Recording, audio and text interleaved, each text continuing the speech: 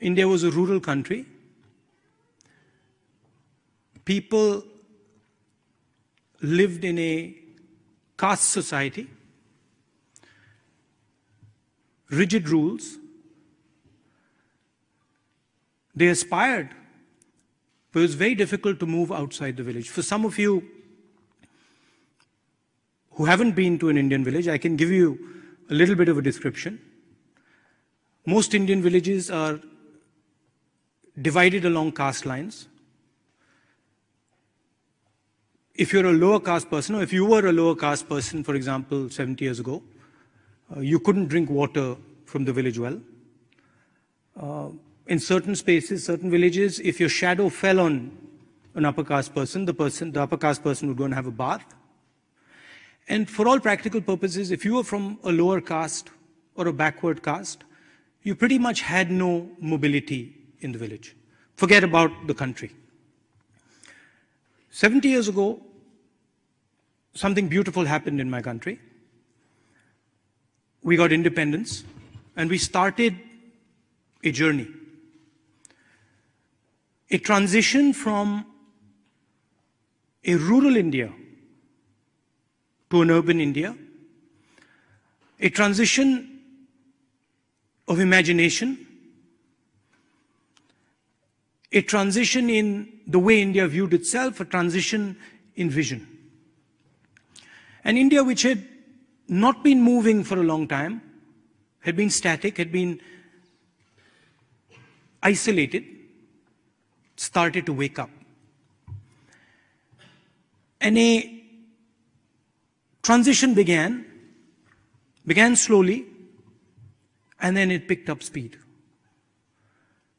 And the transition was essentially Indian people breaking the ideas of caste, breaking the ideas of a lack of mobility, and starting to move. And it was enabled by the idea of one man, one vote, enshrined in our constitution.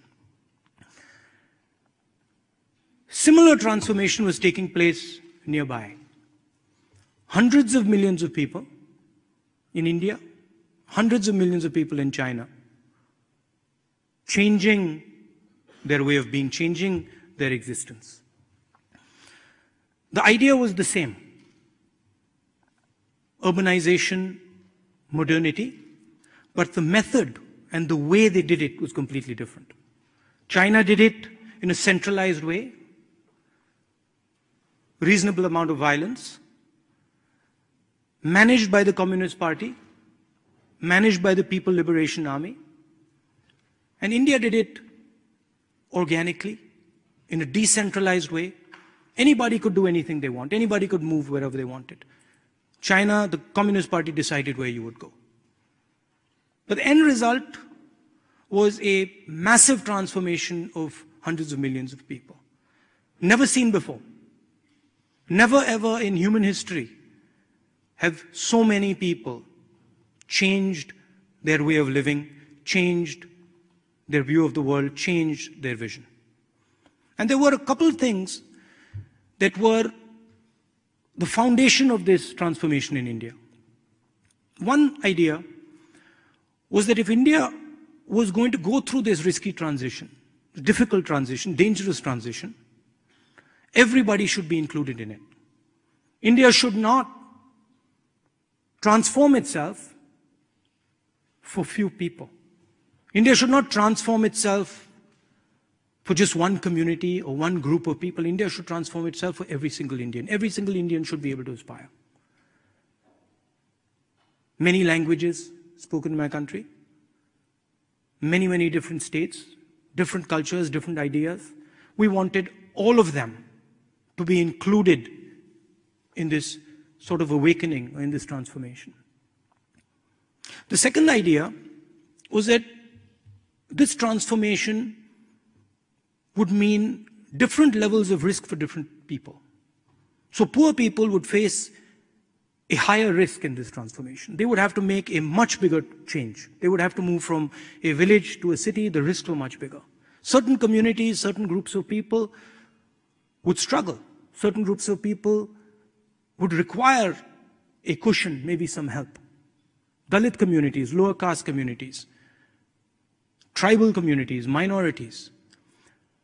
So the idea was that as we transformed, the government should support its people, should help its people smoothen this traumatic transition, this traumatic change.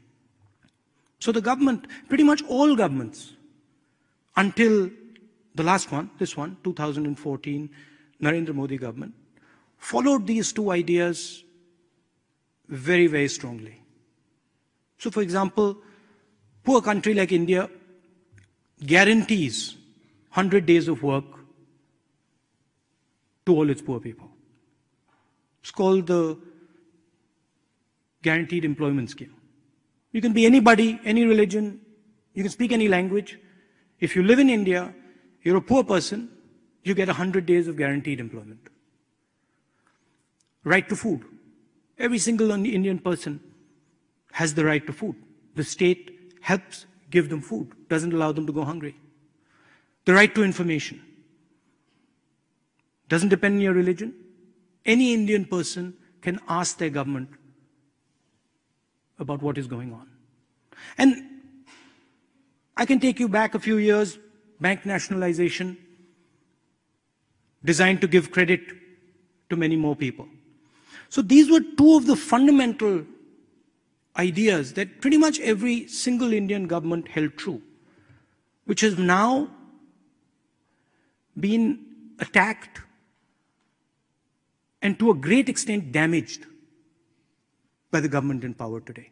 They do not feel that every single person in India should have access to the fruits of this transformation.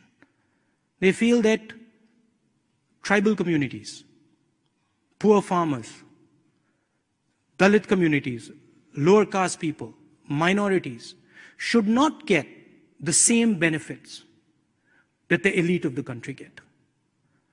And our point is that the risk was everybody's. Everybody took the risk, and we feel everybody should get the reward. The other thing they've done is they've started attacking the support structures that were designed to help certain groups of people. Very recently, a law that protected the Dalit community from violence was scratched down. The right to food was weakened. The right to guaranteed employment weakened. And all the money that used to go into these schemes is now going into the hands of very few people, the largest corporates in the country. But that's not the only damage they've done. There's something much more significant and dangerous that the government has done. This transition that took place on an informal economy, took place on the back of millions of small and medium businesses that allowed people from the villages to come to the cities, to do a job for a couple months, and then go back to the village. They acted like a shock absorber. A couple of years back, the Prime Minister demonetized the Indian economy. He basically said that 1,000 rupee and 500 rupee notes would be worthless. And he destroyed the cash flows of all these small and medium businesses. Millions and millions and millions of people who worked in the informal sector were left unemployed. I want to give you a sense of the scale of this. China produces 50,000 new jobs every 24 hours. In the same amount of time, in the same 24 hours, India, a country that is approximately the same size as China, produces only 450. And they didn't stop at demonetization. They imposed a badly conceptualized, badly thought through, badly implemented goods and services tax, which complicated the lives of these small and medium businesses, and basically resulted in the closure of hundreds of thousands of them. And large numbers of people who worked in these businesses were forced back to the villages. And these three things that the government has done has made India angry. And that's what you get to read in the newspapers. when you hear about lynchings in India, when you hear about attacks on Dalits in India, when you hear about attacks on minorities in India, that's the reason for it. That a huge, powerful transformation, which is frankly shaping the entire world, requires certain protections for its people. And that protection is being taken away. And India is reacting to that. It's very dangerous in the 21st century to exclude people. And I want to give you a small example. A strong example, but a small, strong example. The United States attacked Iraq in 2003. And one of the first things they did was Executive Order 1 and Executive Order 2, which is in common parlance called de-Baathification. But in fact, it was a law that stopped a particular tribe in Iraq from getting government jobs. A law that stopped them from getting jobs in the army. And there was a history to it. So it seemed like a very innocuous decision at the time. It took the United States a couple months to defeat Saddam Hussein's army. Hardly any Americans died. Very limited number of soldiers died. Few months after the invasion, the network that was excluded from jobs in Iraq, the Tikriti tribal network, linked up with the cell phone network in Iraq and with the network of artillery shells that were left in the villages. And you got an insurgency that fought the United States and caused massive casualties to the Americans. And it didn't end there. That insurgency slowly entered empty spaces. It entered the empty space in Iraq. It entered the empty space in Syria. And then it connected with the global internet to form the horrific idea called ISIS. And I'm explaining this because if you don't give people a vision in the 21st century, somebody else will give them one. And that is the real risk of excluding large numbers of people from our development processes. Every country faces this risk. If you don't embrace people, if you don't give people a vision, somebody else is going to do it. And that vision might not be a vision that is good for you or good for the world. I want to end by telling you about a conversation I had many years ago with the ex-Defense Secretary, Robert McNamara, which has stayed in my mind. He had come to India and I asked him, what was your experience in the Vietnam War? What was your takeaway from the Vietnam War? And he said to me, you know, Rahul, during the war we used to talk to the Vietnamese. I used to talk to the Vietnamese generals. And we spent a lot of time talking to them. But we never listened to each other. It was only after the war, when I met those same generals, that I realized that what they were telling us was not what we were hearing. And what we were telling them was not what they were hearing. And he said that I wish that we had listened to them during the war. We would have saved many, many lives.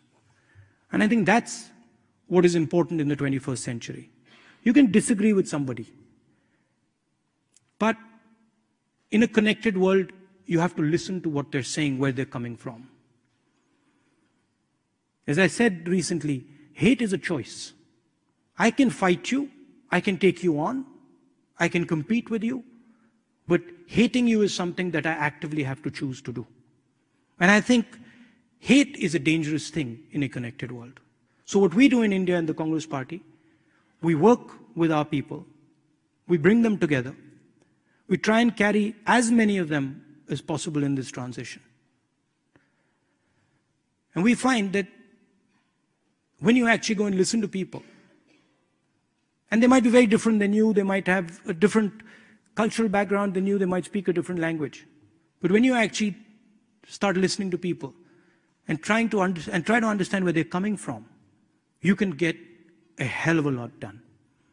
So I'd like to end my talk by telling you that I think there is a lot of hatred in the world today, but there is not enough listening. And I think listening is something that is very, very powerful. So thank you for coming here.